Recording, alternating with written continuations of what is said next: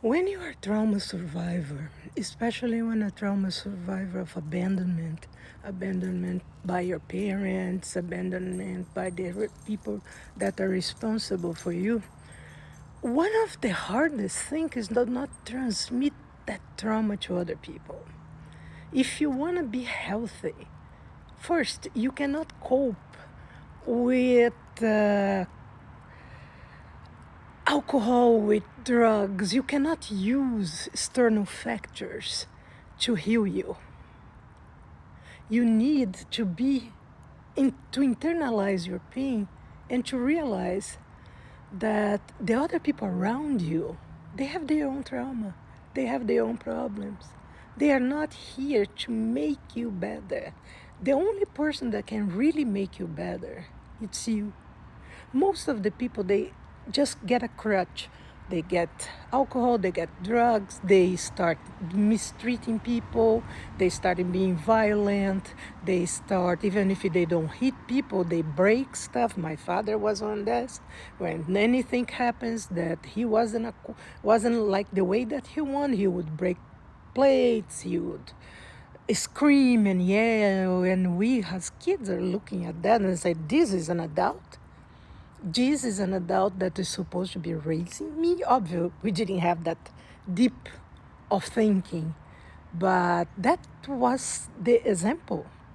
And my mother would go and buy a store completely and buy stuff that doesn't have nothing to do with nothing and never use them.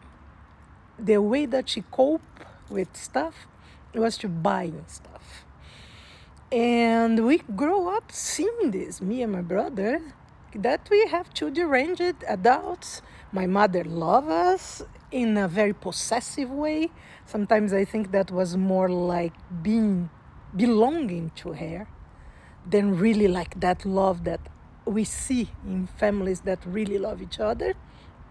But she took care of them the best way that she could, and she had no resources or anything. But she was a wounded person, very wounded. I remember that when I was a kid, sometimes I was talking to her, and I was a very small kid, like 4 or 5 years old, and I would tell something, and suddenly she would, like, just look at me and say, you are telling this to me like I was an adult. I have no idea why I am triggering her. I was just a kid that was playing near her and just tell something. But she would react even to me. That's what I mean. It was very, very strange, you know?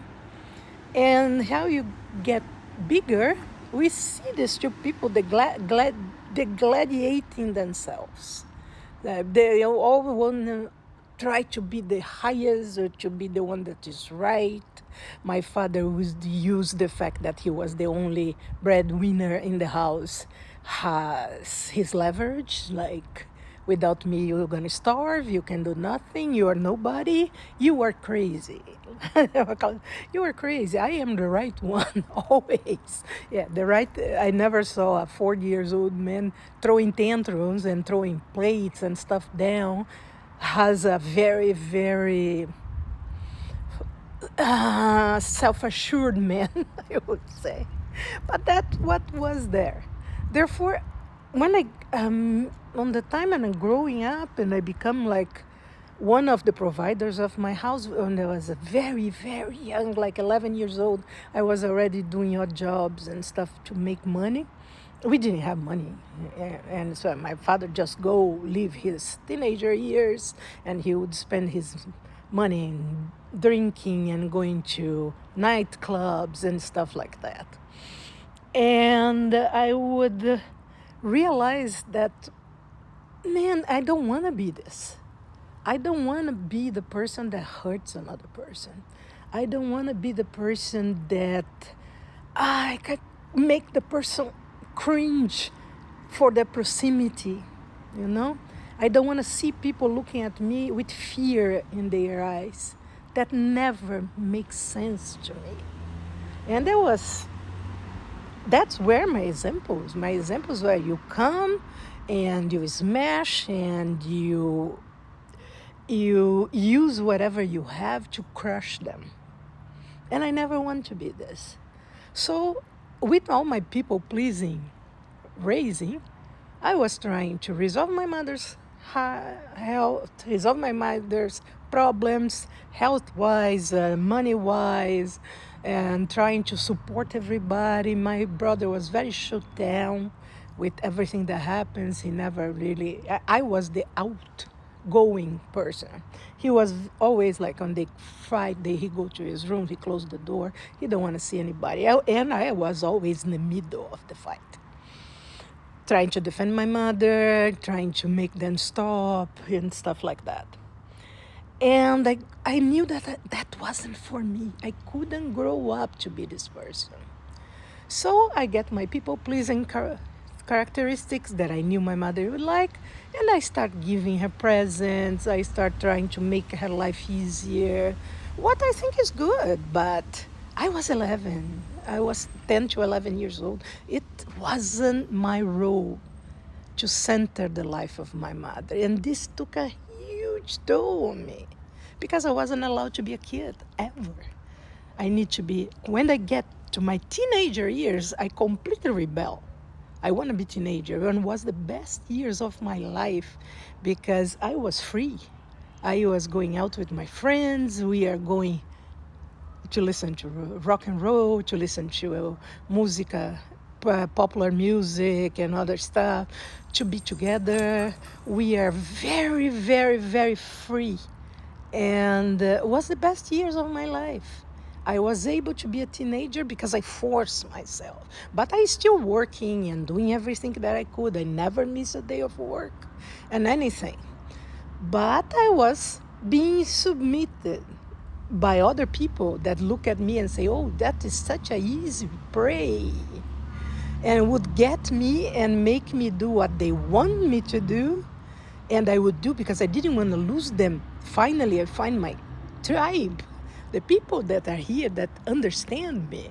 And a lot of them are wounded warriors too, and were there just trying to survive, unfortunately using the other side of the coin, the side of oppression, the side of you do what I need to do. If you want to be with us, you need to be like us, and stuff like that. And I was very lucky that I never get with problems with the law or problems that could really, really deepen my trauma. Like I never get on no trafficking or stuff that a lot of people are doing. A lot of people are getting caught for other people that are preying on them and being taken away. But I was very protected. God bless, always. But it was very hard years, guys. And I don't think no kid needs to leave this. Fathers and mothers, if you really have a kid and you are wounded, remember, he cannot deal with your trauma. You need to make a world that is safe for him.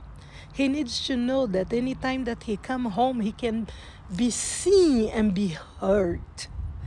That is, you're not going to be completely engulfed in your problems, but you're going to have time for him. Remember, he needs you. You are his center of his world. I'm not saying that you're never going to have problems, that you're not going to have bad days and this or that, but you need to be sincere with your kid. You need to tell him, oh, today is not a good day. Mama is not feeling so good. Mama is feeling a little bit left out. But we're going to try to do the best thing that you can and have the best day that we can. And man, work around it and heal your trauma.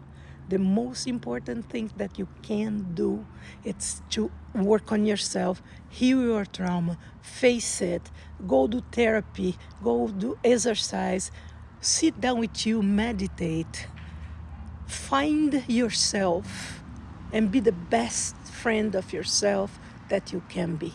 I love you guys. Bye-bye.